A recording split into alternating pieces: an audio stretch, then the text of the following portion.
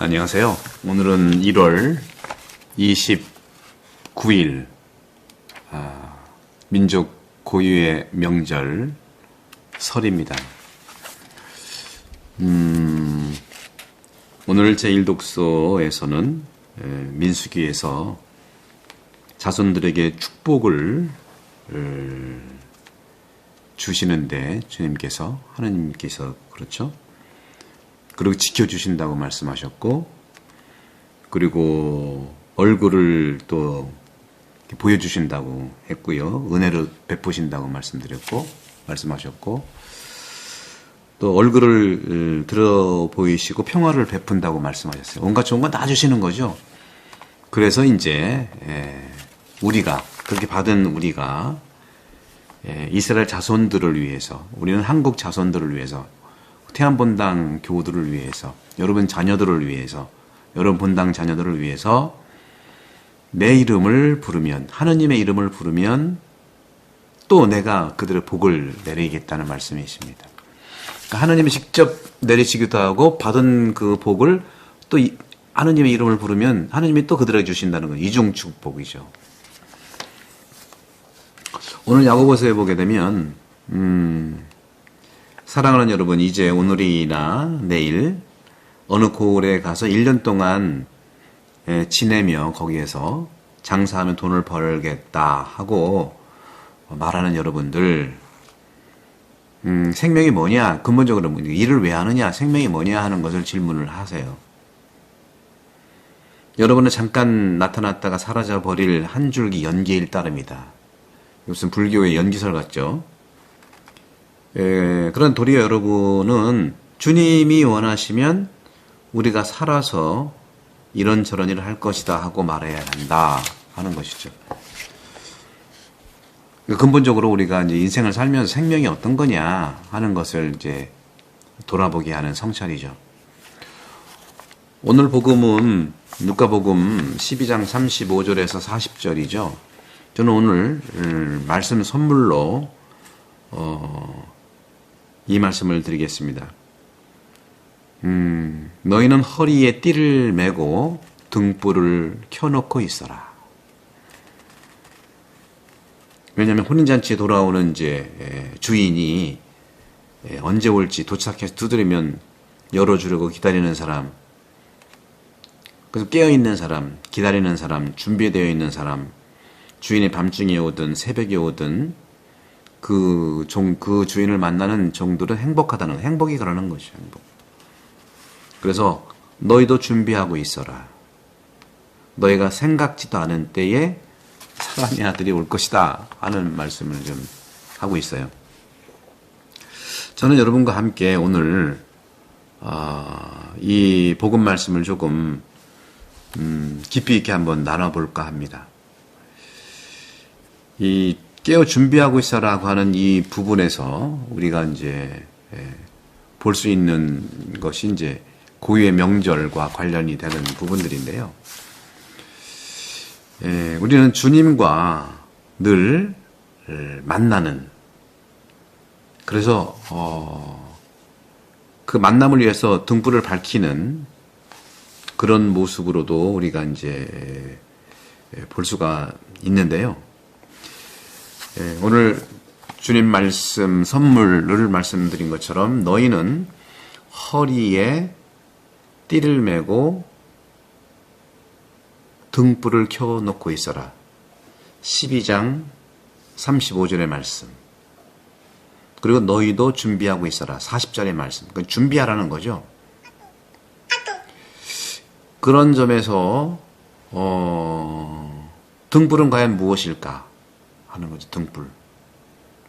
등불이라고 하는 것은 어떤 그 어두움도 두려움도 아닌 거룩한 은총의 표시입니다. 켜진 등불은 주님을 믿는 이들이 지금 영생을 이미 산다는 그런 긍정적인 의미죠. 그러니까 활활 타오르는 불꽃이 그것을 말하고 있는 거. 이처럼 죽음도 꺼지지 않는 등불, 오히려 켜있는 등불을 말합니다. 그래서 주인이 띠를 메고 식탁에 앉게 하는 거죠, 우리를. 그리고 우리들 곁으로 오셔서 시종을 들 거라는 거. 12장 37절의 말씀. 이렇게 모든 생명과 삶은요, 만남인데 이런 만남은 풍요를 주고 나눔을 주죠. 하지만 이별은 뭘까요?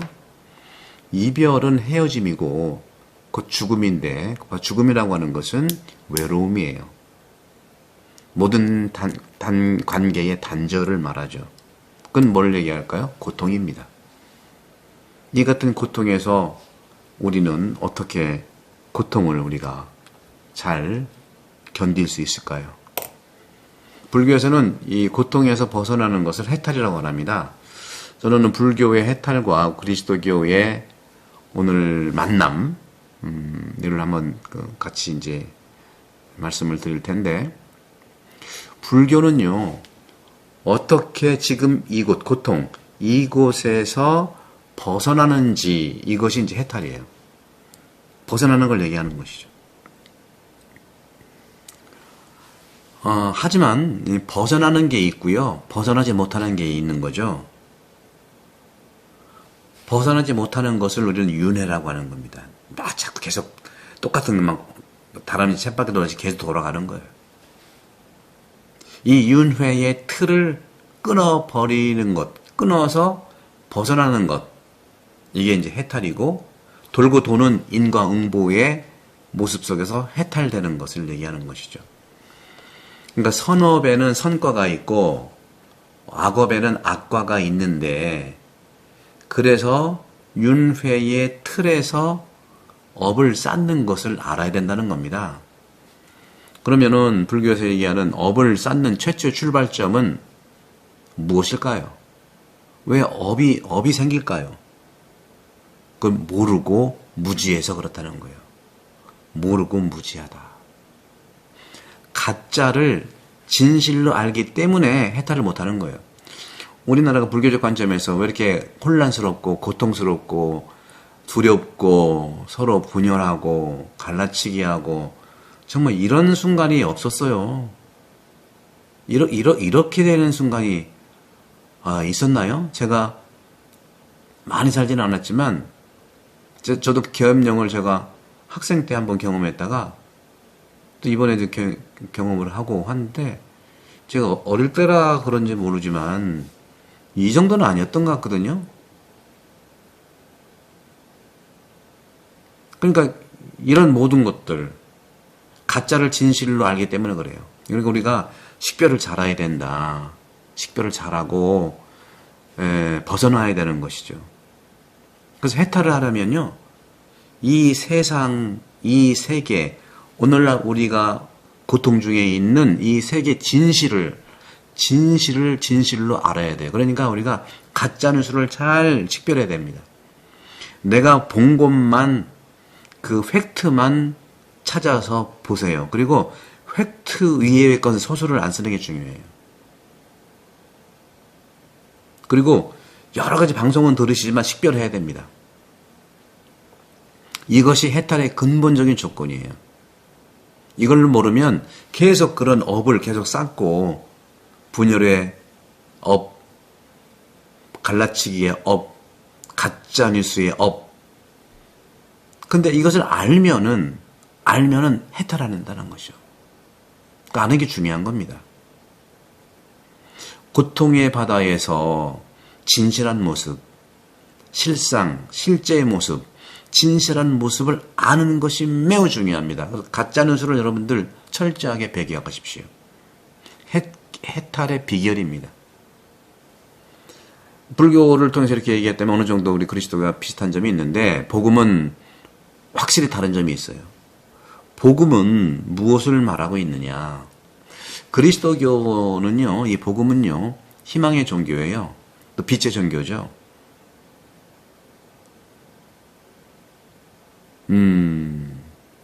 불교가 생짓고 그 고통에서 벗어나려면 해탈해야 된다. 그리스도교는 빛의 종교예요. 고통은 있지만 고통 자체가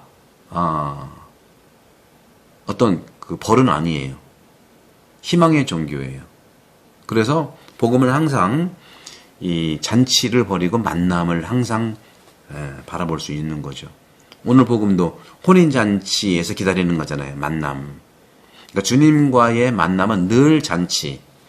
다시 말하면 혼인잔치가 가장 행복하잖아요. 그걸 많이 말하고 있는 거죠. 그래서 그리스도인들에게 있어서 죽음이라는 것은 단절과 이별과 상실이라는 그러한 모습을 얘기하지만 이러한 것이 고통이 아니라 새로운 생명, 그것이 시작되고 삶을 준비하도록 초대받은 주님의 선물이라는 거예요. 주님의 선물. 우리는 이미 오래전부터 주님의 초대로 죽은 자들과 함께 구체적으로 접촉을 하며 살아왔습니다. 물론 예상치 않을 만남일 수도 있어요. 그런데 그들이 우리를 사랑하는 누군가라면 예상치 않는 것이라도 기쁨이 될 수 있다는 거죠. 그죠? 종들이 기다리는데 악마를 기다리겠어요? 괴물을 기다리겠어요? 그걸 기다리는 건 얼마나 괴로워요. 근데 주인을 기다리는 거예요. 나를 사랑하는 주인, 행복을 주는 주인을 기다리는 건 얼마나 좋겠어요. 그래서 복음이 우리에게 말하는 것은 주님과 만남에서 주님이 우리를 위해서 봉사자가 된다는 거예요. 섬겨준다는 것을 얘기하는 거죠. 오늘 복음이 그거 나오잖아요. 여기 보면 그들 곁으로 가서 시중을 들 것이다. 주인이 띠를 메고 시중을 드는 거예요. 그런 점에서 이미 주님의 순환, 즉 죽음 이전에 약속하신 것처럼 우리를 더 이상 종이 아니라 친구라고 부르겠다고, 친구라고 말씀하시잖아요. 그리스도 종교는요, 친구의 벗의 종교예요. 그래서 다시 한번 불교로 한번 돌아가면, 불교에서는 보살들이, 우리 지금 하면 신자들이죠. 보살들이 스스로 고통의 세계에서 실상을 알아차리게 돼서, 그래서 이제 불교 알아차림 이런 걸 공부를 많이 하죠. 윗바사나 나도 알아차리고 하는 거. 실상을 잘 알아서 윤회의 틀을 끊어 해탈을 해야 하는 거예요.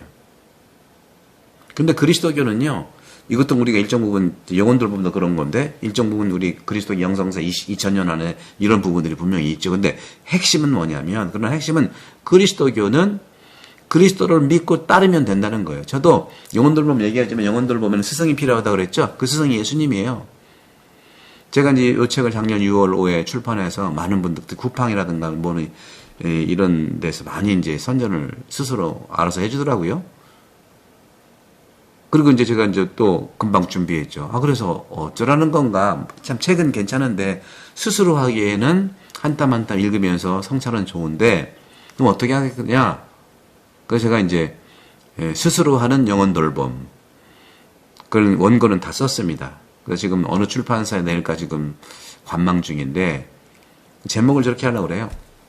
스스로한 영혼 돌봄도 어려우니까 완전 영혼 돌봄. 완전 영혼 돌봄. 완전 영혼 돌봄은요, 예수님이 스승님이기 때문에 예수님 때문에 완전하게 된다는 거예요. 그래서 그거는 제가 이제 생각에는 올 6월이나 아니면 성탄 때나 이렇게 한번 내볼까 하고 있어요. 완전 영혼 돌봄. 이 영혼 돌봄은 2000년 영성사를 종합한, 어떻게 보면 상당히 분석적인 거고, 나를 들여다보는 성찰과 식별에 대한 내용인데, 완전 영혼 돌봄은 예수님께서 영혼 돌봄의 모범으로서, 구세주로서 예수님 안에서 있었던 그 성경의 내용과 우리 세례성사 때 나온 그런 영혼 돌봄의 그 구조를 맞춰가지고 준비한 내용들입니다. 상당히 괜찮습니다. 제가 이제 괜찮다고 하는 것은 좀 그렇지만, 그것도 이제 6월이나 아니면 10월 달이나 한번 이렇게 나올 수 있도록 해보겠습니다. 그래서 오늘 루카복음 12장 38절에 보면, 주인이 밤중에 오든 새벽에 오든 종들의 그러한 모습을 보게 되면 그 종들은 행복하다. 루카복음 12장 38절. 우리는 잔치에 가서 식사를 합니다. 그래서 우리가 상갓집에 가서도 식사를 얼마나 많이 합니까? 유럽은 그렇잖아요. 유럽은요 아주 단촐하게 성당에서 연도도 없어요. 우리나라만 연도가 있고 성모송을 많이 해요. 묵주기도 많이 하죠. 이제와 저희 죽을 때 저희 죄를 위하여 빌어주소서 하는 거죠. 근데 우리나라는요 신자가 아닌 분들도 복음처럼 잔치. 자꾸 이게 카톡이 오는데 좀 무음해 할게요. 그래서 왜 사람들은 이런 점에서 우리는 잔치에 가 식사를 할까? 사람들은 단지 먹기 위해 잔치에 가나요? 우리가 뭐 배고파서 가는 게 아니잖아요. 왜 사람들은 잔치에 갈까요? 여러분들은 왜 성당에 오십니까? 예수님 만나러? 성체영하러? 당연하죠. 말씀 잡수시러? 당연하죠. 설 명절과 추석 명절도 복음의 이유와 똑같아요. 동일합니다. 그래서 우리가 토착화가 저절로 되고 있는 거라고 저는 보는 거예요. 바로 우리가 잔치에 가는 이유, 성당에 오는 이유, 또 추석 명절에 왜 그렇게 집에 오는 이유가 뭐냐? 사람 만나러 가는 거예요. 사람 만나러 가는 거예요. 천국도 죽은 다음에 우리 천국 가잖아요. 천국 왜 갑니까? 주님 만나러 갈까요? 당연히 주님도 만나시죠. 당연히. 주님이 못 견뎌서 우리 만나실걸? 근데 우리는 보고 싶은 사람 만나러 가는 게 천국이에요. 내가 살아있을 때 봤던 그분들을 천국에 가서 만나는 거죠. 저도 벌써 돌아가신 지 7년, 8년 되시는 우리 7년 되셨군요. 8년 됐네. 서봉세 신부님. 신학교 같이 저랑 오래 계셨던 신. 너무 보고 싶은 거예요. 너무 보고 싶은데 간절히 얼마만 보여주시더라고요. 한 몇 주 전에 꿈에서 나타났어요. 서봉세 신부를 정확하게 봤습니다. 제가 돌아가신 분을 그렇게 정확하게 본 분, 그건 처음이에요, 처음. 너무 꿈인 줄 알았거든요. 근데 너무 좋아가지고 물론 뭐 짧게 지나갔어요. 두 가지를 질문했어요. 신부님 그쪽 생활 어때? 그러니까 좋아. 여기도 좋은 거죠. 그쪽도 좋아. 근데 이제 꿈에서 그런데 제가 꿈에서 커 보여. 그분이 엄청 저보다 크는데 나는 커 보이고 신부님이 좀 작아 보이더라고. 신부 왜 이렇게 있고 작아졌어? 거기 계시면서 왜 그래? 신부님이 그쪽은 작은 사람이 큰 사람이라며. 말이 돼요. 너무 기뻤어요. 제가 그래서 한 2주 3주 동안 너무 신나가지고 봤으니까 이제 또 보면 좋겠지만 여한은 없습니다. 또 보고 싶을 때 뵙죠. 제가 이제 서봉세 신부님 일화 같은 것들을 제가 많이 적어놔서 이제 기회 되면 책을 한 권 쓸까 소책자라도 할 건데 어쨌거나 사람 만나러 가는 게 잔치고 천국이고 그런 거예요. 성당 오고 그러는 거예요. 주님을 만나고 그 다음에 우리를 만나야 되잖아요. 그래서 우리 본당 이제 2월부터 건축 시작하고 14처도 시작하는 기도공원도 주님과 만남이라는 이 성전도 아름답죠. 그러니까 이제 우리 사람들 사이에 만나는 것도 있어야 되는 거죠. 그래서 성전 완성이라는 말을 저는 쓴 겁니다. 그동안 우리 교우분들이 성전 하나 좋은 성전이 있는데 비 오면 비 피할 데가 없어. 우리 할머니들이. 그래서 친교 공간을 만들고 사무실 만들고 야외 화장실 만들고 기도공원 할 겁니다. 여러분들 많이 기도해 주시고 혹시 여러분들 봉헌을 원하시는 분들은 제 성당에 이렇게 봉헌하셔도 됩니다. 여러분들 다 여러분 거니까. 이런 것처럼 특히 한국 고유의 명절인 설처럼 부모라든가 친지, 친구들을 만나러 가는 거예요. 그래서 동양에서는요, 혼인잔치가 오랫동안 지속됩니다. 근데 요즘에는 뭐 그냥 30분마다 막 이렇게 좀 지나가니 안타까운데, 이렇게 신랑 신부 가족들이 서로 만나고 알아가고자 하는 것이죠. 끝으로 저는 그리스도 교회에서 죽음은 그리스도와의 만남만이 아니다. 조금 전에 말씀드리는 그런 걸 말씀드리고 싶은 거예요. 주님과의 만남이면 동시에 식구들과의 만남이고 보고 싶은 사람과의 친교예요. 우리가 성당에 가는 것은 주님의 만남과 함께 주님의 백성들과 친교를 맺기 위해서죠. 우리는 주님만이 아니고 그렇습니다. 주님 백성과 함께 만나는 거예요. 즉 주님 가족에 속한 모든 이들의 만남이라는 것이죠. 설 명절 고향에 오신 분들 많이 성당 오셔서 미사하시고, 미사를 통해서 그리스도와 만남, 또 가족들과의 만남, 또 영적인 우리 신자들과의 만남 함께 기도하는 명절에 여러분들 새해 복 많이 받으시고, 구독선교와 또 많은 또 알림 설정, 좋아요, 댓글 부탁드리겠습니다. 성부와 성자와 성령께서는 여러분 모두를 강복합니다. 감사합니다.